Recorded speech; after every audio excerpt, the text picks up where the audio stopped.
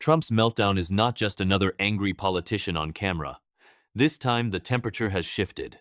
What you are watching is a political fortress under pressure from every direction at once. The walls are shaking, and the people inside are no longer sure they control what happens next.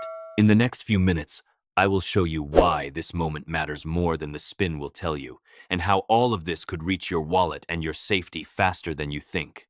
For years, the assumption was simple. Scandals kill politicians and pressure demands apology. Then Trump shattered that rule and turned outrage into oxygen. Every indictment became a badge of honor. Every hostile headline became free. Convergence. When legal exposure and electoral fatigue and donor anxiety and institutional hardening all hit the same point simultaneously, the system enters a different phase. The question shifts from whether one man can yell louder than his critics to whether the apparatus around him can absorb the compounding cost. Analyzing the recent confrontation reveals a pattern shift.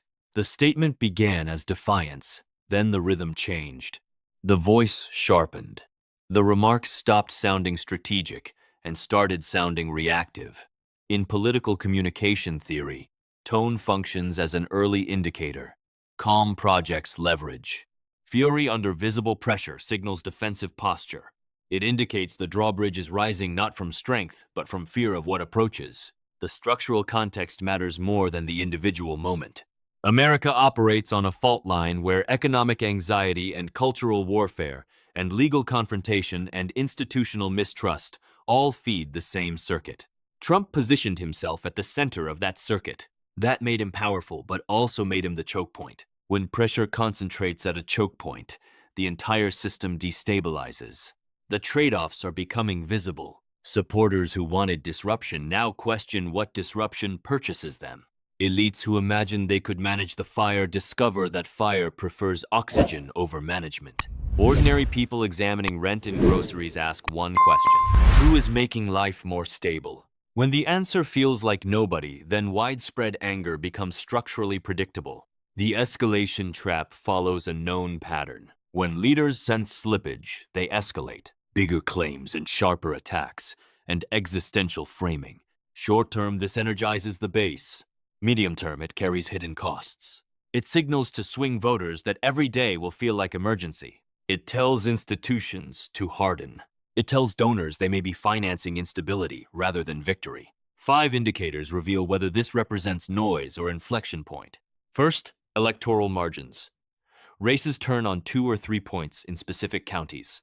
The question is not whether the base cheers, but whether economically stressed voters see the spectacle and think this helps me, or think here we go again. Second, resource allocation. Campaigns are burn rate machines. If too much capital redirects to emergency response, the operation cannibalizes its strategic future. Third, institutional response patterns. Single institutional clashes become rallying cries. Multiple simultaneous clashes trigger pattern recognition. Institutions begin self-protective documentation and reduced informal cooperation. Fourth, media ecosystem dynamics. Fragmentation cuts both ways. It maintains loyal audiences inside information fortresses, but also prevents message monopoly reassertion when negative moments escape containment. They ricochet and get clipped and remixed across platforms. Fifth, coalition psychology. Coalitions contain layers with different threshold questions. Diehards ask, is he fighting? Donors ask, can he win? Soft supporters ask, is this exhausting? When answers diverge, the coalition frays gradually, then visibly. The nationwide fury functions as compound pressure rather than unified opposition. Ideological anger, plus legal pressure, plus cultural backlash, plus economic frustration, plus simple exhaustion.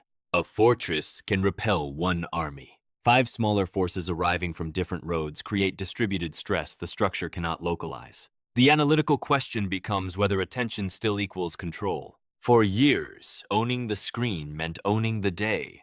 Now screens amplify panic as easily as power. A fortress built from spectacle can become imprisoned by spectacle. The downstream effects reach ordinary life directly. Political volatility causes business decision delays. Hiring slows. Investment pauses.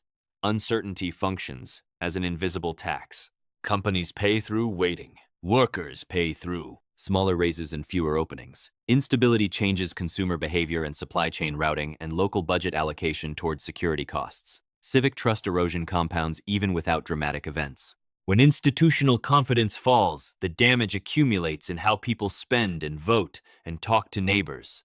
The incentive structure reveals why cooling is unlikely. Politicians fundraise from outrage. Media amplifies intensity for engagement. Platforms reward conflict. Even critics often profit from smoke. No major actor receives systematic reward for building stability. The structure points toward continued escalation before cooling. 3 scenarios emerge from this analysis. First, the fortress holds narrowly. Trump converts the meltdown into loyalty. Test and reframes fury as elite panic evidence. If opposition overreaches or economic conditions worsen, under current leadership backlash becomes vindication again. Cost is increased national brittleness and harder governance. Second, slow erosion rather than collapse. Base remains intense, but outer coalition thins where it matters. Donors become selective. Competitive race candidates distance themselves. Swing voters reject maximum turbulence. Fury becomes fatigue wave. Fatigue is politically more dangerous than hatred, because hatred mobilizes, while fatigue demobilizes. Third, pressure escapes the original arena entirely. Story shifts from individual fortunes to systemic legitimacy crisis. Protest escalation and trust collapse and institutional hardening that makes half the country feel excluded and half feel endangered. Markets destabilize. Local conflicts multiply.